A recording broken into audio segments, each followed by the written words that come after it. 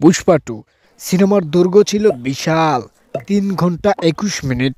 শুরুর দিকে trailer show, মাঝে ইন্টারভেল ব্রেককে কাউন্ট করলে প্রায় 4 ঘন্টা চলে যায়।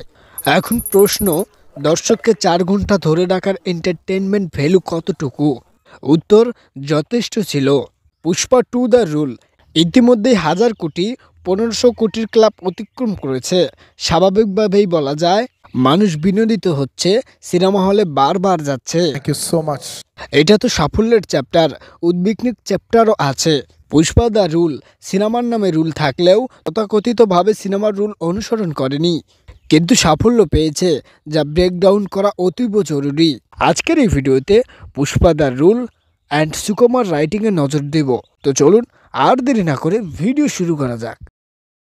पुष्पा পুষ্পা মানে ফুল।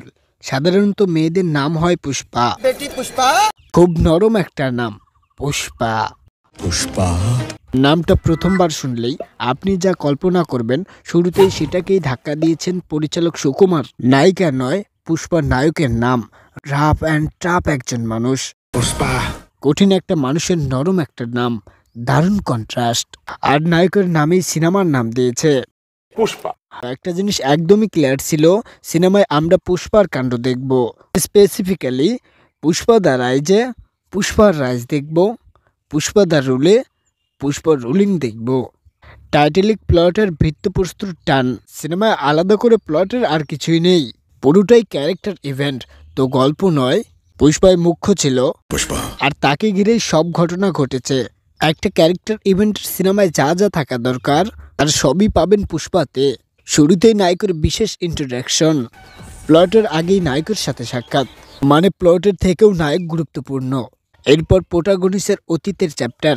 আগের পার্টে তো ক্যারেক্টার ডেভেলপমেন্ট হয়ে গেছে, নায়কের শক্তির জায়গা দুর্বলতা বলা হয়ে গেছে। দ্বিতীয় পার্টে সেগুলোকে আরও গাঢ় করা হয়েছে। বাড়তি নজর ছিল নায়কের ইন্টারনাল কনফ্লিক্টে। ক্যারেক্টারের বহু ডিসক্রিপশনের পাশাপাশি পাওয়ারকে আরও গ্র্যান্ড করা হয়েছে। সিনেমা জুড়ে শুধু पुष्पा पुष्पा पुष्पा সোজা কথায় নায়ক ড্রাইভিং সিটে, গল্প ব্যাক সিটে। নায়কের সিদ্ধান্তেই প্লটে মোড় নিয়েছে। গল্পে এবার কি হবে এটা কখনোই ভাবনার বিষয় ছিল না, নায়ক এবার কি করবে সেটাতেই আগ্রহ তৈরি করেছে। এটাই ক্যারেক্টার ইভেন্ট স্টোরির মূল মন্ত্র, এবং সুকুমার রাইটিংয়ে সেটা বেশ ভালোভাবেই পর্দায় এসেছে। গল্পকে দ্বিতীয় সারিতে রেখে একটা ক্যারেক্টারকে আঁকড়ে ধরে 200 মিনিট এন্টারটেইনমেন্ট করে যাওয়া চারটি খালি কথা নয়। বড় প্রশ্ন, পরিচালক সুকুমার এটা করলেন কিভাবে? শুরুতেই ক্যারেক্টারের কিছু বিশেষ ফিচার দিয়েছেন। পুষ্পা এক কাঁধ উঁচু করে রাখে, এক হাতে প্যান্ট ঠিক করে।